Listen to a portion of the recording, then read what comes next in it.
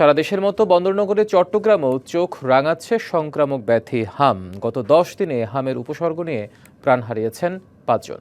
বিভিন্ন হাসপাতালে চিকিৎসাধীন 25 শিশু, যাদের মধ্যে 6 জনের অবস্থা আশঙ্কাজনক হওয়ায় রাখা হয়েছে আইসিইউতে।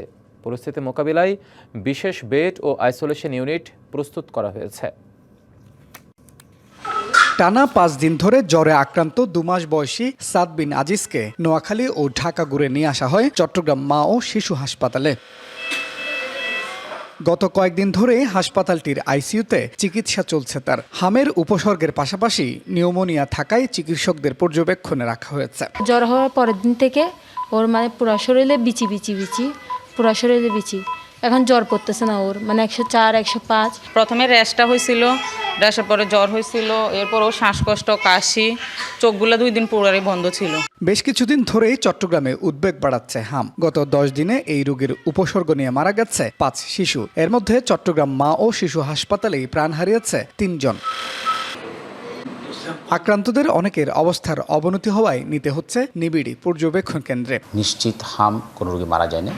আমরা কয়েকজন রোগী মারা গিয়েছে, সেটা সন্দেহজনক হাম রোগী মারা গেছে। আমাদের যথেষ্ট ভ্যাকসিন অ্যাভেলেবল আছে এবং আমাদের প্রত্যেকটা হাসপাতালে আমাদের হামে চিকিৎসার জন্য লজিস্টিক শুরু করে এবং ডাক্তার, ম্যান পাওয়ার সব কিছু আমাদের প্রস্তুত আছে।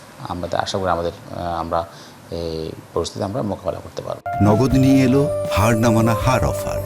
সর্বনিম্ন 10,000 টাকা রেমিটেন্স নগদে পাঠালে থাকছে স্বর্ণের হার জেতার সুযোগ। চট্টগ্রাম মা ও শিশু হাসপাতালের আইসিইউতে ভর্তি 7 জন। এর মধ্যে একজনের অবস্থা আশঙ্কাজনক। আমরা অনুমান বা সন্দেহ করতে পারি যে এটা হাম হতে পারে। তো সেই বিবেচনায় আমাদের এখানে বর্তমানে আইসিইউতে 7 জন রোগী আছে, আর ওয়ার্ডে বাকি 2 জন আছে। তো আইসিইউর রোগীগুলো ওদের অবস্থা একটু অসুবিধা আছে। আতঙ্কিত না হয়ে শিশুদের পুষ্টির দিকে বাড়তি নজর দেওয়ার পরামর্শ বিশেষজ্ঞদের। আপনারা যখনই জ্বরের সাথে এরকম র্যাশ দেখতে পাবেন, অবশ্যই ডাক্তাররা শরণাপন্ন হবেন, কারণ র্যাশ তো অনেক কারণে আসে, অনেক সময় ডেঙ্গুর কারণেও আসতে পারে। যখনই জ্বর পাবেন, আমার কথা হচ্ছে যে র্যাশ দেখতেও পান, প্রথমে বিন্দু মাত্র আপনারা ঘাবড়াবেন না। এটার জন্য যেটা করতে হয়, বেসিক্যালি একটু সিমটোমেটিক ট্রিটমেন্ট দিলে কিন্তু ম্যাক্সিমাম বাচ্চা কিন্তু ভালো হয়ে যায়। পরিস্থিতি মোকাবেলায় সার্বিক প্রস্তুতির কথা বলছে চট্টগ্রামের স্বাস্থ্য বিভাগ। Mujibul Haque, DBC news, Chittagong.